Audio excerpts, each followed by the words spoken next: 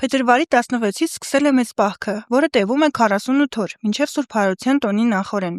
Պահքի ընթացքում հրաժարվում են ոչ միայն որոշակի կերակուրներից, այլև մորի սովորություններից, շատախոսությունից, ստախոսությունից, հայոյանքից եւ այլ մեղքերից։ Զղջումը, աղոթքը, ապաշխարանքը հիմնական պայմաններն են Աստծո բուժիչ եւ քավիչ զորությունը ստանալու։ Մայր Աթոռի քարոզչական կենտրոնի տնօրեն հոգեշնորհ Տեր Զաքարիա Ծայրագուն վարդապետ Բաղոմյանը նշում է. «Սա հրաշալի առիթ է մեղքերից ազատվելու։ Եթե պահք եք պահում, պետք է դրա մեջ հոգևոր իմաստ դնել։ Եթե պահեցողության մեջ հոգևոր նպատակ իմաստ չկա,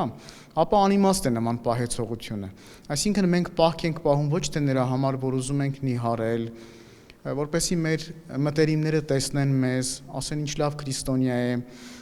կամ չգիտեմ այլ նպատակներով։ Մենք պահք պահում ենք, որպեսզի կարողանանք մեղքերից ազատվել եւ դիմավորել Քրիստոսի հարության ավետիսը։ Հետաքրքրական է, որ եկեղեցու հայրերը հաճախ նշում են, որ ոչ թե մենք ենք պահք պահում, այլ պահքն է մեզ պահում։ Եվ պահքը ինքը հոգևոր մի սխրանք է, որը մարդուն մղում է դեպի Աստված ճանաչողության։ Պահքի ընթացքում աղոթական կյանքը շատ կարևոր է։ Ժամերգություններին, պատարակներին մասնակցելը պարտադիր։ Աստված մեզ ամենքիս ներել է եւ տվել է այդ նաեւ ներելու շնորհը։ Ամեն մարդ իր դատաստանը ունի, բայց շատ կարեւոր է, որ մենք իբրև քրիստոնյաներ ներողամտության ոգով լցվենք։ Եվ այս ընթացքում, որը մեզ համար կարևոր ճանապարհորդություն է դեպի հարության հաղթանակը, իմ կարծիքով շատ կարևոր է, որ մենք կարողանանք ազատվել մեր մեղքերից, մեր մտածումներից, ոչ ասենք չարին եւ այո ասենք բարուն։ Այս շրջանը նաեւ հոգևոր փորձության շրջան է։ Կարևոր է ներողամիտ լինելը։ Մենք ներում ենք, որովհետև դրա կարիքն ունենք։ Պետք է ոչ ասել չարին, այո, բարուն։ Իսկ մենք ինչպես ենք պահքը լուծ արելու։ Երբ որ մենք ճրագալույցի պատարագին կամ զատկական պատարագին պիտի հաղորդություն ստանանք, ճաշակենք Քրիստոսին, առավել զորանանք եւ մեր պահքը լուծենք։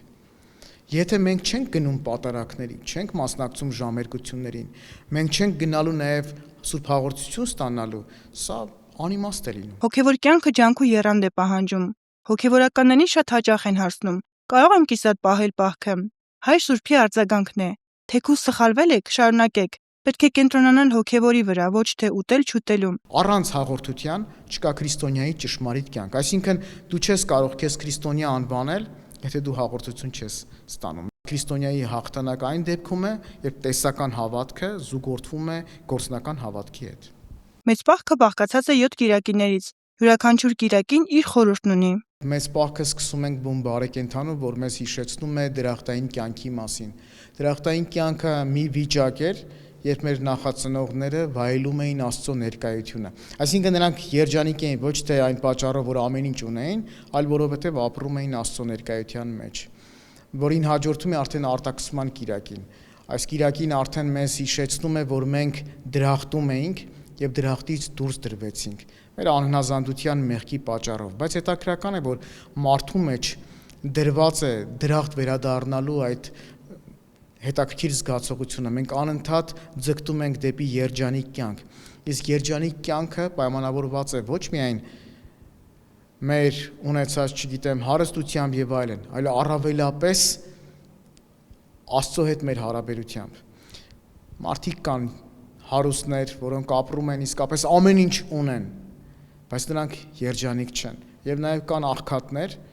որոնք չունեն այդքան հարստություն, բայց երջանիկ են, որովհետև Աստծուն ունեն։ Սա շատ կարևոր մի բան է, սա երկընտրանք է ընդհանրապես բոլոր հասարակությունների համար։ Մարդը երբ է երջանիկ, երբ իսկապես Աստծուն ունի իր հոգում ու սրտում։ Հետևաբար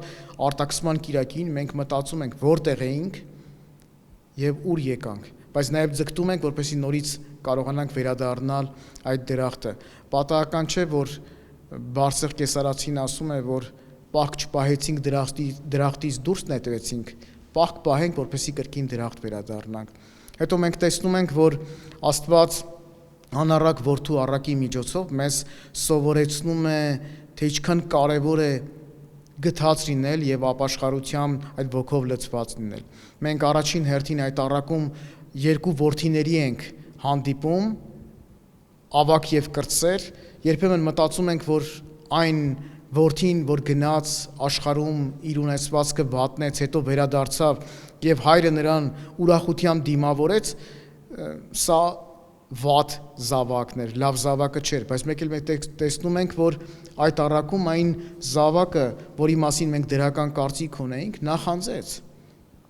Մենք մեր կյանքում երբեմն լինում ենք ավակ որդու նման, երբեմն էլ կրտսերի, բայց Աստված մեզ սովորեցնում է, որ եթե մենք իսկապես զղջանք, մեր երկնավոր Հայրը միշտ պատրաստ է մեզ ընդունելու։ Սա է մարդու եւ Աստծո տարբերությունը։ Երբեմն մենք գուցե չկարողանանք ինչ-որ մեկին ներել, ընդունել նրան, բայց Աստված միշտ սպասում է մեղավորի դարձին, որովհետեւ ուզում է տեսնել մեր մեջ իր պատկերը։ Հետո մենք տեսնում ենք, որ Աստված մեզ սովորեցնում է, որ մենք տնտեսներ ենք այս աշխարհում։ Մեզ ինչ-որ բաներ են տրված, որ մենք պարտավոր ենք այդ տնտեսությունը ճիշտ կառավարելու։ Եվ երբ որ մենք ճիշտ ենք կառավարում, նաև Աստված գովաբանում է մեր այդ կառավարելու հմտությունը։ Որտեղ մենք շատ անգամ մեր կյանքում մեզ տրված հնարավորությունները, պարտականությունների մեջ թերանալով, մենք փորձում ենք մեր կյանքը ինչ-որ ձևով շարունակել, բայց չենք անդրադառնում, որ ախր մեզ տրված էր Աստծուց ինչ-որ բաներ, մենք ինչպես կարողացանք վատնել այդ ամենը։ Հետևաբար շատ կարևոր է անցնել այդ բոլոր կիրակիների միջով, մտածել, կարդալ, մեկ էլ գալիս ենք տեսնում ենք անիրավ դատավորի առակը, մի կին աղոթք է անում, անդադար աղոթք է անում, եւ այս առակում մեզ Տերը սովորեցնում է անընդհատ աղոթել եւ չձանձրանալ, որտեղ աղոթքը մեր կյանքի հոգեվոր ամենաանբաժանելի մասն է, ինչպես որ եթե հոգին հանենք մարմնից, մարդը կմեռնի, այնպես էլ առանց աղոթքի մեր կյանքը անիմաստ է։ Հետո մենք գալիս ենք գալստյան կիրակի, անդրադառնում ենք Քրիստոսի առաջին գալստյանը եւ երկրորդ գալստյանը, որ պիտի լինի, որովհետեւ ի վերջո քրիստոնյայի ամբողջ կյանքը այդ գալստյան սպասումն է։ Մենք սպասում ենք, որ Տերը պիտի գա եւ արդարները պիտի արժանանան երկնքի արքայության, իսկ ոչ արդարները դատապարտվեն։ Մենք սպասում ենք այդ գալստյանը եւ ամեն ինչ անում ենք, որպեսզի կարողանանք պարզերես կանգնենք անկաշար դատավորի առաջ։ Եվ դրանից հետո արդեն ծաղկազարդի կիրակին է, Քրիստոսի հաղթական մուտքը Երուսաղեմ։ Ինչպես որ այդպես ովսանաներով դիմավորեցինք Տիրոջը, մի քանի օր հետո նրան դավաճանելու ենք։ Եվ ծաղկազարդից հետո արդեն մի շատ ամենակարևոր շաբաթն ենք մտնելու, ավակ շաբաթ, որը որ մեր Տիրոջ կյանքի վերջին մի քանի օրերի խտացումն է։ Մենք անընդհատ Քրիստոսի այդ անցած ճանապարհներով գնալու ենք, դավաճանելու ենք նրան, խաչն ենք անելու, մտածելու ենք ընդհանրապես այսինչ արեցինք։ Բայց այս ամբողջը, որ մենք անցնելու ենք, սա մեկ նպատակ ունի։ Մեր տխրության մեջ հուսահատություն չխառնելու, մեր ուրախության մեջ ավելի հաստատուն լինելու, բայց ապաշխարությամբ հասնելու եւ դիմավորելու Քրիստոսի հարության ավետիսը։ Եթե մենք չապրենք այս ամենը,